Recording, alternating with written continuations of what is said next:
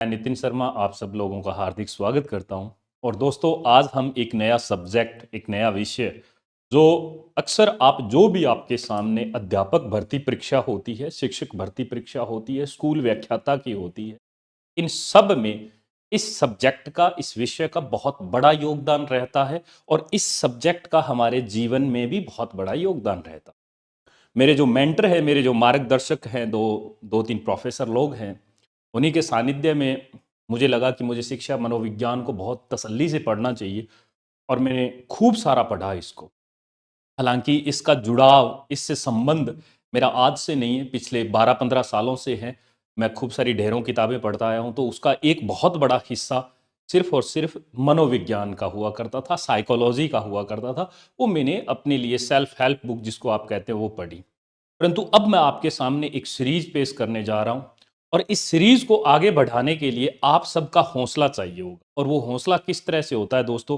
अगर आपको हमारे द्वारा दिया गया कंटेंट आपके एग्जाम के, जो हम कहते हैं कि एग्जाम पॉइंट ऑफ व्यू के अनुसार दुरुस्त लगे, बहुत तगड़ा लगे, और हर सवाल आपका ठीक ढंग से हो रहा हो, तो फिर आप इसको आगे बढ़ा देना, शेयर कर देना जितना हो सके। मैं आपसे वादा करता हूं इस सीरीज में कि आप लोगों को first grade, second grade, REET और सी टेट, एच टेट या केंद्रीय विद्यालय जैसे सभी एग्जाम्स जो भी होते हैं, आपको कहीं से साइकोलॉजी पढ़ने की आवश्यकता नहीं पड़ने वाली। तो बस यही एक मेरा संबंध था साइकोलॉजी के साथ। और बहुत ही शिद्दत से पढ़ा है मैंने, क्योंकि उससे पहले इसके साथ साथ मैंने दर्शन शास्त्र को, फिलॉसफी को भी खूब पढ़ा। यहाँ पे ड्यूल लैंग्वेज में चलेंगे हम, जितना हो सके कोशिश रहेगी कि हम हिंदी में ज़्यादा से ज़्यादा शब्दों का इस्तेमाल करें। फिर भी अगर कहीं थोड़ा बहुत इंग्लिश का आ जाए तो इसके लिए माफ़ी चाहते हैं। हम साइकोलॉजी शुरू करते हैं। और आप लोग कमेंट बॉक्स में जरूर कमेंट करना कि आपको आज इतिहास व जो इसका हम कहते हैं परिचय कैसा लगा।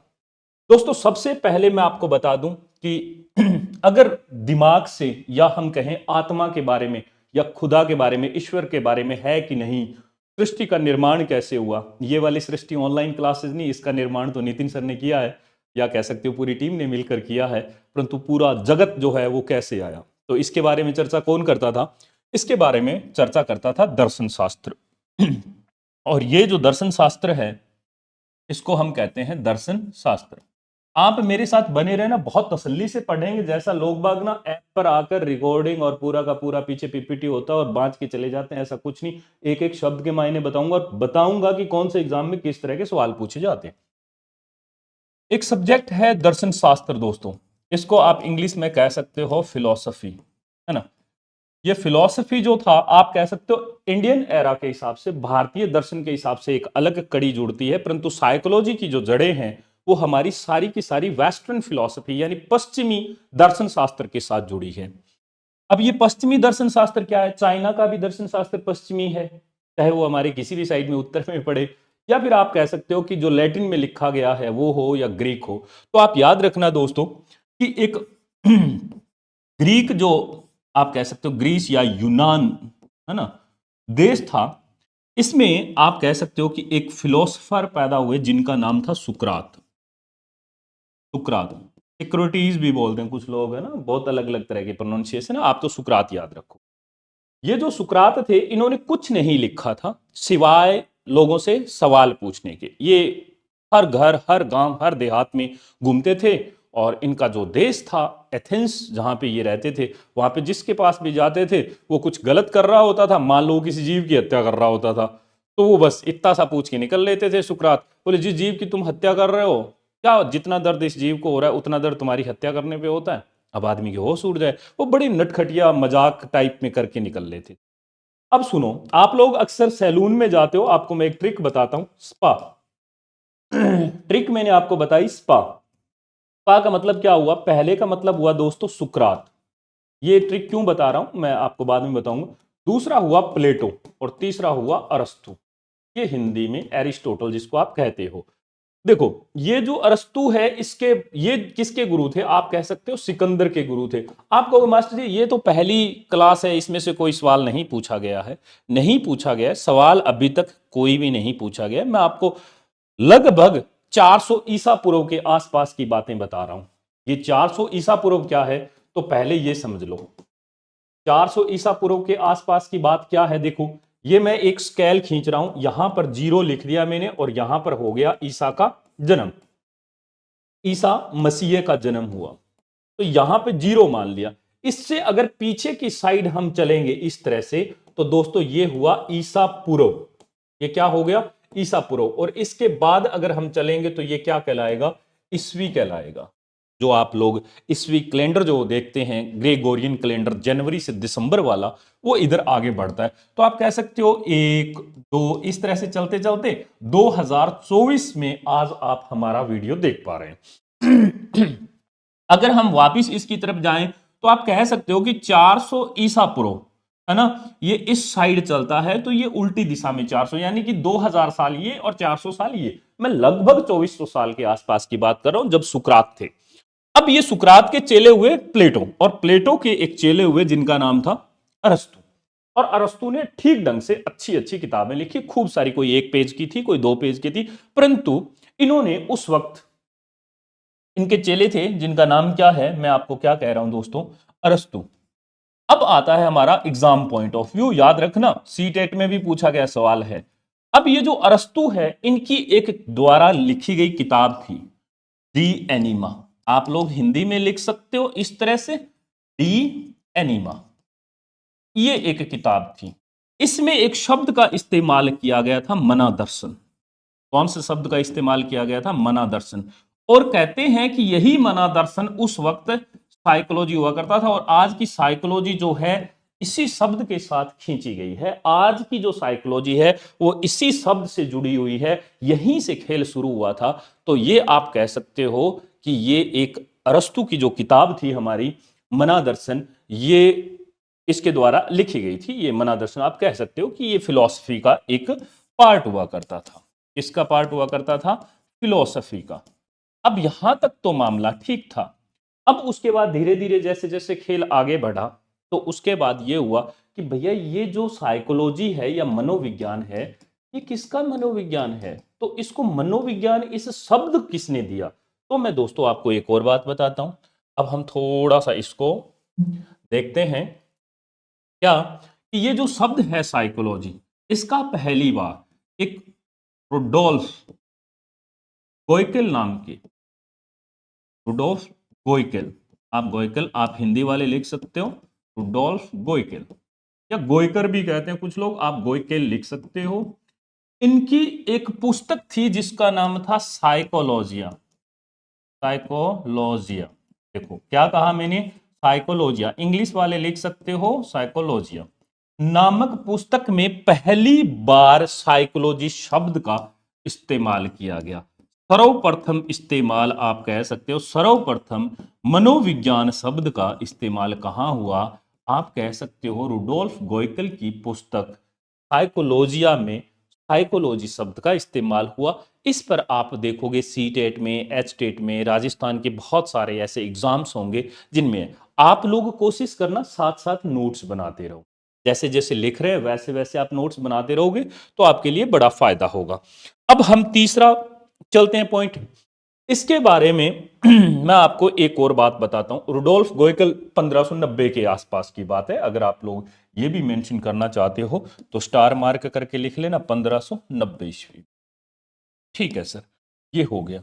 अब हम थोड़ा सा और आगे बढ़ते हैं और इसमें देखते हैं कि जो साइकोलॉजी शब्द है इसके बारे में देखो, एक एबिनहॉस नाम की, कौन, मैं किसकी बात कर रहा हूं, एबिनहॉस, इंग्लिश वाले लिख सकते हैं एबिनहॉस। अगर आपको स्पेलिंग नहीं पता है तो मैं आपको बता देता हूं, ये आप एबिनहॉस। एबिनहॉस साहब ने क्या कहा था इसके बारे में, इस कथन पर सवाल पूछा जाता है कि मनोविज्ञान का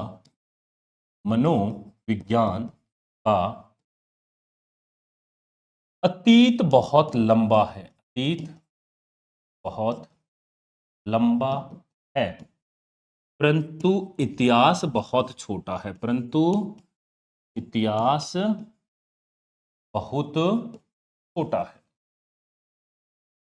ये किसने बोला, आपसे सवाल पूछा जा सकता है कि एबिनहॉस ने कौन सा कथन कहा साइकोलॉजी के बारे में, तो आप बता सकते हो कि ये किसके द्वारा ये कहा गया। आप कहोगे सर ये एबिंगहॉस के द्वारा बोला गया। अब इन दोनों शब्दों में क्या फर्क होता है दोस्तों, ये देख लो। पास्ट और हिस्ट्री की बात करें तो पास्ट यानी अतीत, अतीत में हर चीज आती है। जैसे अतीत में आप कहीं पर बैठकर यूट्यूब से मेरी क्लास सुन पा रहे हैं और लिख पा रहे हैं, मैं कहीं पर किसी स्टूडियो के माध्यम से आप लोगों के सामने आया हुआ हूं और साइकोलॉजी की क्लास रन कर रहा हूं। अब देखो मेरे आसपास बहुत सारी और चीजें घटित हो रही है, आपके आसपास बहुत सारी चीजें घटित हो रही है। जिस वक्त मैं अभी यहां से पढ़ा रहा हूं, हमारे देश के माननीय प्रधानमंत्री मोदी भी तो कुछ कर रहे होंगे, हमारे देश के जो हम कहें विदेश मंत्री एस जयशंकर कुछ कर रहे होंगे, आपका पड़ोसी कुछ और कर रहा होगा। इसको कहते हैं पास्ट, है ना, ये पास्ट है। ये जब बीत जाएगा तो ये एक साथ बहुत सारी चीजें जो घटित हुई है इसको कहते हैं पास्ट होना, है ना, अतीत जिसको कहते हैं। परंतु इतिहास क्या होता है, जिसको प्रमाणित कर लिख दिया जाए, तो ये हो गया हिस्ट्री। तो जरूरी नहीं है कि सब जो आज घटित हो रहा है उसको लिखा जाए, तो सारी चीजें तो लिख नहीं सकते, तो जितना लिखा गया उसको उतना कह देते हैं इतिहास है। वैसे ही एबिंगहॉस ने क्या बोला कि मनोविज्ञान का अतीत बहुत लंबा है साहब, क्योंकि इसकी जड़ें जब देखोगे तो दर्शन शास्त्र जब शुरू हुआ था 400 से 500 या 600 ईसा पूर्व के आसपास, जब लोग बाग आत्मा के बारे में बात करते थे, या फिर वो कहते थे कि पंचतंत्र से बने हुए हैं, यही ईश्वर है, बहुत सारी अलग अलग फिलॉसफी आई, तो आप लोगों को उस वक्त भी इसकी मनोविज्ञान की जड़ें मिलती है। मना दर्शन डी एनिमा में मैंने आपको कहा कि साहब ये जो है मना दर्शन नाम से पहले जाना जाता था सब्जेक्ट, तो इसका अतीत बहुत लंबा है, परंतु जाना कब गया, तो आपके सामने 1590 400 आप कह सकते हो वर्ष पूर्व। तो अब एक चीज और निकल के आती है यहां से, क्या, तो इसका इतिहास कितना है, तो आप कहोगे इतिहास सर मात्र इसका 400 वर्ष पूर्व है, 400 वर्ष पूर्व का ही है, बस इतना सा है। ये भी एबिंगहॉस की वजह से हमें पता चला। अब यहां तक तो ठीक है, परंतु अब इसमें हम दो चीजें और देखते हैं दोस्तों, और वो जो दो चीजें हैं वो ये है कि साइकोलॉजी के जनक की बात करें तो यहां से बहुत इंपॉर्टेंट चीज बता रहा हूं मैं, और वो इंपॉर्टेंट चीज ये है दोस्तों कि अगर हम देखें कि मनोविज्ञान, मनोविज्ञान आपने लिख लिया, अब मनोविज्ञान की बात करें जनक और जननी की, तो जननी तो आपको दोस्तों मैंने बता दिया है कि दर्शन शास्त्र है, फिलॉसफी है, दर्शन शास्त्र ही इसका क्या है, आप कहोगे सर जननी है। तो अब इसमें भी बहुत सारी चीजें और आएगी। एक चीज याद रखना, क्या होगा, आदि जनक, आदि जनक कौन है, तो आप कहोगे कौन है, अरस्तु है। अरस्तु ने आत्मा के बारे में बताया था डी एनिमा में, जो मैं आपको जिक्र फरमा रहा हूं। तो इन्होंने ये कहा था कि दोस्तों बहुत सारे जो जीव होते हैं, लिविंग ऑर्गेनिज्म होते हैं, उनमें उनकी बहुत सारी आत्माएं होती है, वो उन्होंने पहली बार डिफाइन किया था डी एनिमा में। तो आदि जनक कौन, जैसे आदि शंकराचार्य, आदि उसके नाम के आगे लगाते हैं जो आदि काल में बहुत पुराने या शुरुआती दौर की बात करें तो आदि का मतलब होता है। परंतु दोस्तों मैं दो आपको बहुत महत्वपूर्ण पॉइंट बताने जा रहा हूं, वो ये है कि एक थे विलियम, विलियम जेम्स। ये याद रखना दोस्तों, ये एक अमेरिकी, अमेरिकी साइकोलॉजिस्ट थे, या आप कह सकते हो अमेरिकन एक साइकोलॉजिस्ट थे, जिन्होंने अमेरिका की तरफ से मनोविज्ञान को प्रतिपादित किया या फिर मनोविज्ञान को विश्व स्तर पर रखा। तो अमेरिका वाले जो है वो इसका जनक या फादर ऑफ साइकोलॉजी जो है वो विलियम जेम्स को मानते हैं। अब एक और आता है कि पूरे विश्व स्तर की अगर हम बात करें तो विलियम जेम्स तो अमेरिका के थे, परंतु एक और आता है विलियम वुंट जिसको कहते हैं। तो ये जो है आप लोग क्या याद करोगे कि साहब विलियम वुंट, विलियम वुंट, इसका इंग्लिश का जो स्पेलिंग होगा वो होगा वुंट, ऐसे लिखा जाएगा। तो ये जो है ये विश्व स्तर पर माने जाने वाले हैं, विश्व स्तर पर माने जाने वाले फादर, और हमने इसकी बात तो कर ही ली दर्शन शास्त्र की। तो ये दो चीजें और आप इंपॉर्टेंट अपने नोट्स में मेंशन करना। अब हम थोड़ा सा और आगे चलते हैं और देखते हैं कि मनोविज्ञान जो सब्जेक्ट है इसका मतलब क्या है और इसका डेफिनेशन क्या है एनसीईआरटी के हिसाब से। तो यहां पे तो बात नहीं बनेगी, मुझे ऐसा लगता है नया पेज ले लेना चाहिए। ठीक है, अब हम चलते हैं। सबसे पहले दोस्तों हमने कहा सर साइकोलॉजी, है ना,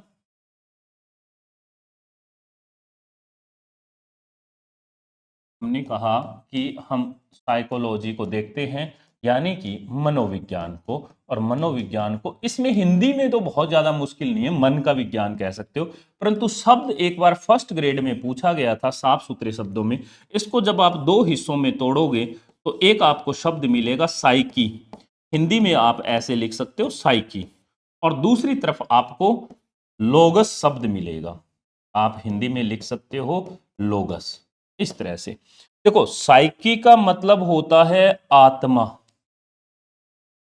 साइकी का मतलब क्या होता है आत्मा, और लोगस का मतलब होता है दोस्तों अध्ययन करना।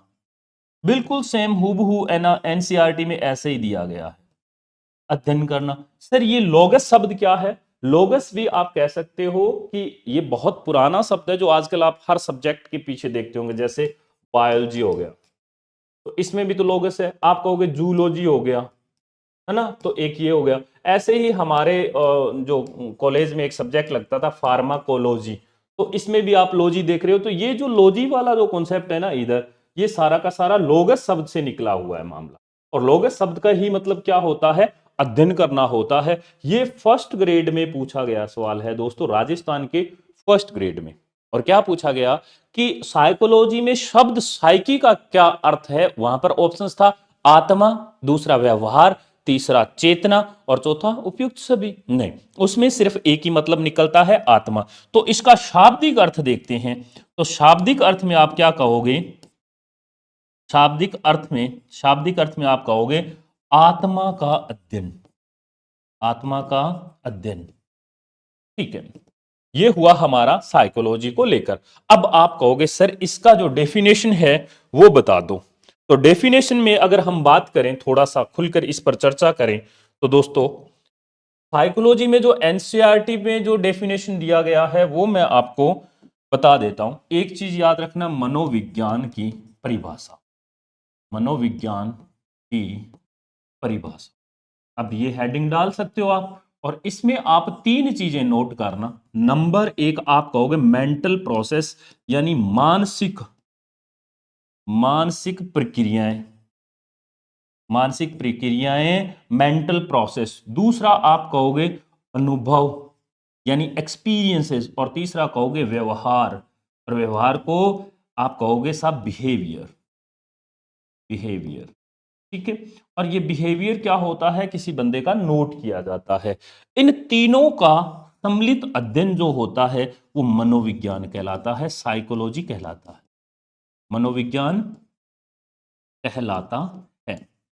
ये हमने कहा साहब क्या मनोविज्ञान की परिभाषा है। अब आपसे पूछ लिया जाए आज के टाइम में कि मनोविज्ञान की परिभाषा है, फिर कह दे मानसिक प्रक्रियाओं का अध्ययन, अनुभव प्रक्रियाओं का अध्ययन, या व्यवहार का अध्ययन, और उपरोक्त सभी, तो आपका आंसर एनसीईआरटी के मुताबिक अगर बात करें तो उपरोक्त सभी आएगा। आप एनसीईआरटी के पेज नंबर 2 पे आप देख सकते हैं।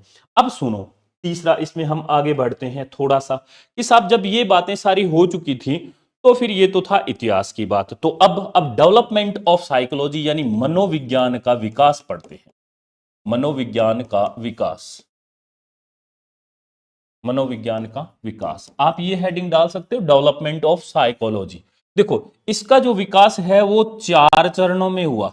नंबर एक आप याद रखना, क्या? देखो कुछ लोग आए जिन्होंने कहा कि मनोविज्ञान, उन्होंने क्या कहा? मनोविज्ञान आत्मा का विज्ञान है, मनोविज्ञान आत्मा का विज्ञान है, आत्मा का विज्ञान।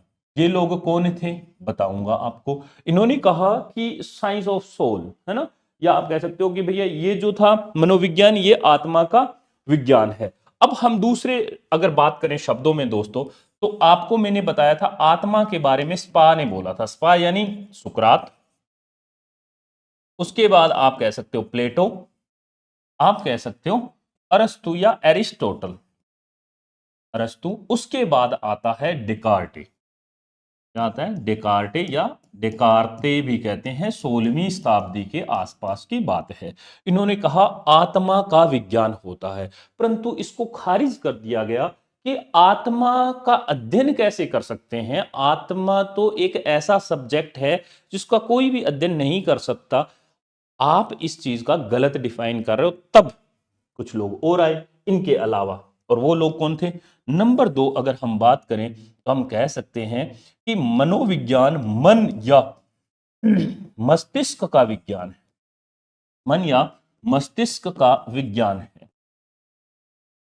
ठीक है सर, देखो मन या मस्तिष्क का विज्ञान है, ये किसने बोला? आप कहोगे सर ये बोला पोम्पोनोजी ने।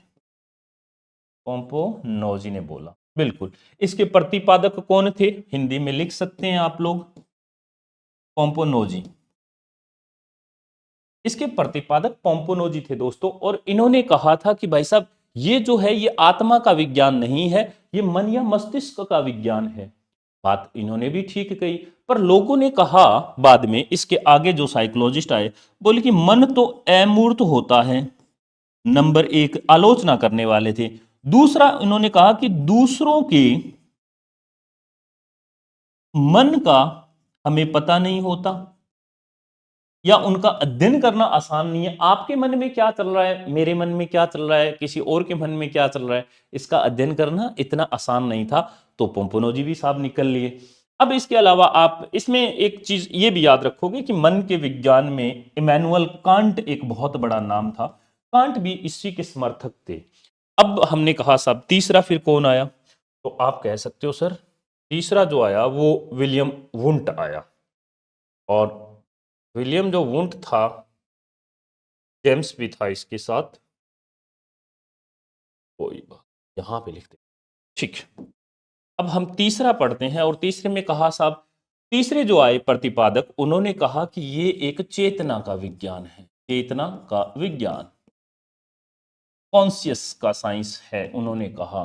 तो ये जो चेतना का विज्ञान है, ये किसने बोला? ये विलियम वुंट ने बोला।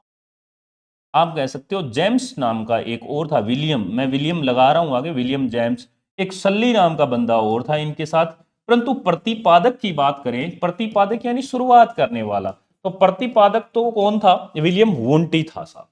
और आगे चलकर जब आप स्कूल ऑफ थॉट्स पढ़ोगे, संप्रदाय पढ़ोगे, मनोविज्ञान के संप्रदाय आपको मैं पढ़ाऊंगा, 7 8 10 हुए, उनको हम बारी बारी से पढ़ेंगे, धीरे धीरे आगे बढ़ेंगे। तो यही आगे चलकर आप लोग क्या कह सकते हो? संरचनावादी कहलाए। संरचनावादी यानी, या अस्तित्ववादी भी कहते हैं, इनको कहते हैं स्ट्रक्चरिज्म।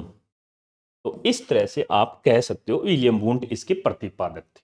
अब मैं आपको इसमें चौथा बताता हूं, और चौथा दोस्तों कौन सा है? मोस्ट इंपोर्टेंट, व्यवहार का विज्ञान। व्यवहार का विज्ञान।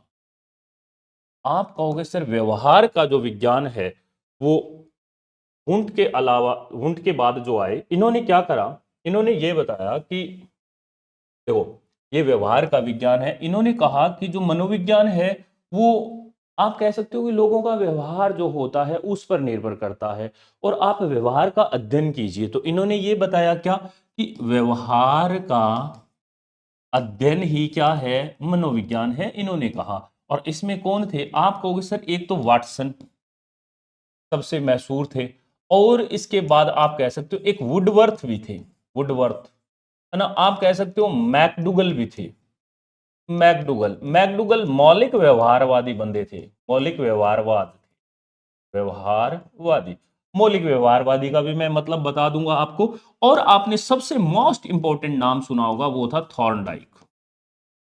थॉर्नडाइक, थॉर्नडाइक को आप क्या कहते हैं? Father of education psychology. क्या कहते हैं इनको? आप कहते हैं फादर ऑफ एजुकेशन साइकोलॉजी, यानी शिक्षा मनोविज्ञान के जनक। शिक्षा मनोविज्ञान के जनक कौन हुए? थॉर्नडाइक हुए। ये बहुत निहायती मतलब इंटेलिजेंट बंदा था, जिसने ये बता दिया था कि भाई साहब जो बच्चे हैं उनको जो एजुकेशन दी जा रही है उनमें आपको ये बदलाव देने चाहिए, और उसमें साइकोलॉजी को लगा देना चाहिए। उससे पहले शिक्षा के जगत में इतना ध्यान नहीं दिया गया था, जब तक थॉर्नडाइक ने अपने सिद्धांतों को नहीं दिया। आगे चलकर इनके सिद्धांत पढ़ेंगे। 2 तरह के सिद्धांत दिए थे, एक मुख्य और गौण, यानी प्राइमरी और सेकेंडरी। प्राइमरी में भी आप कहोगे सर 3 तरह के दिए थे, जिसमें आप लोग कहते हैं तत्परता का नियम, रेडीनेस, आप लोग कहते हैं साहब एक प्रैक्टिस का नियम, अभ्यास का, और तीसरा जो नियम कहा था इन्होंने वो कहा था प्रभाव का नियम, जिसमें आप रिवार्ड और पनिशमेंट शब्द पढ़ते हैं, उससे पहले रिवार्ड नहीं मिलता था, आप लोग, अगर मैं आपको बता दूं कि आप मेरे हम उम्र हैं या मुझसे 2 4 5 साल छोटे हैं, तो आप लोगों ने होमवर्क न करने पर तड़े खाए होंगे, जूत खाए होंगे। वो सारा काम इस बंदे का था। ये बहुत टेढ़ा आदमी था। इसी ने कहा कि अगर कोई आदमी होमवर्क नहीं करता तो उसको पीटो,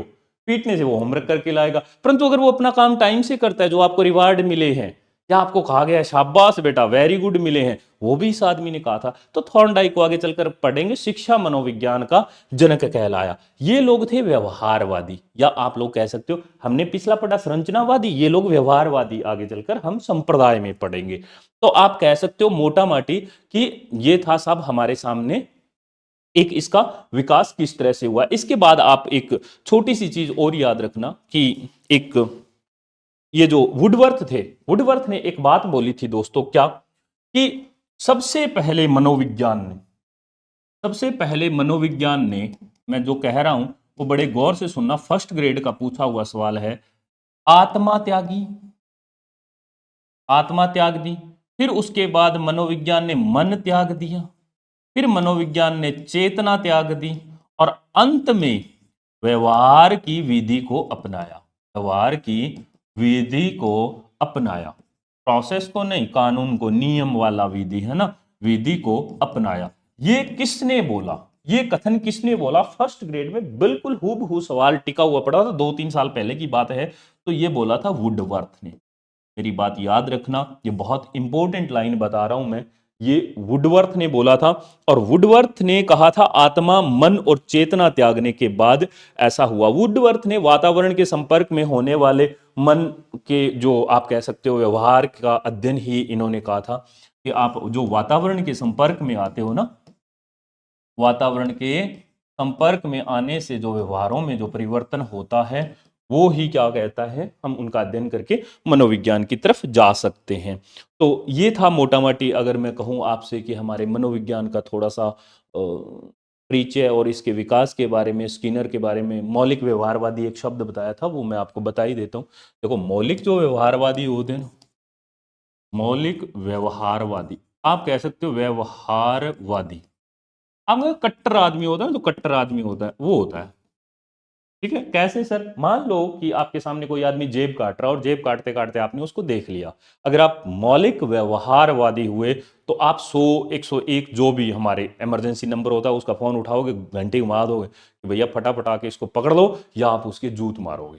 परंतु अगर आप मौलिक व्यवहारवादी नहीं हुए तो आप क्या कहोगे? आप सोचोगे यार पता नहीं गरीब आदमी है, खाना मिला कि नहीं, जेब मार रहा होगा, 100 रुपये बन जाएंगे इसको। फिर आप सोचोगे जिस आदमी के पैसे मार रहा है कहीं वो भी तो ना गरीब हो। आप इस असमंजस में थोड़े ज्यादा नेचुरल आप कहो और प्राकृतिक हो जाओ, थोड़ा सा और उसके प्रति आप ढीले पड़ जाओ, आप व्यवहारवादी हो फिर, सीधे साधे। हालांकि फ्लेक्सिबल हो, आप ज्यादा सोचने में देर करोगे तब तक घटना घट चुकी होती है, अगला जेब मार के चला जाता है। तो मौलिक व्यवहारवादी वो होते हैं जिनकी अपनी जड़ें होती हैं। इसके बारे में हम बाद में चर्चा करेंगे कि जो मौलिक व्यवहारवाद है वो कैसे आगे चलकर बढ़ा और हमारे शिक्षा मनोविज्ञान में इसका कैसे एक रोल है। एक दोस्तों, आप लोग एक छोटी सी और घटना याद रखना, और वो ये है कि विलियम वुंट नाम का जो बंदा था, उन्होंने लिपजिंग शहर में, कार्ल्स विश्वविद्यालय में, 2 में स्टार मार्क करके आपको बात बता दूं, सर्वप्रथम मनोविज्ञान प्रयोगशाला,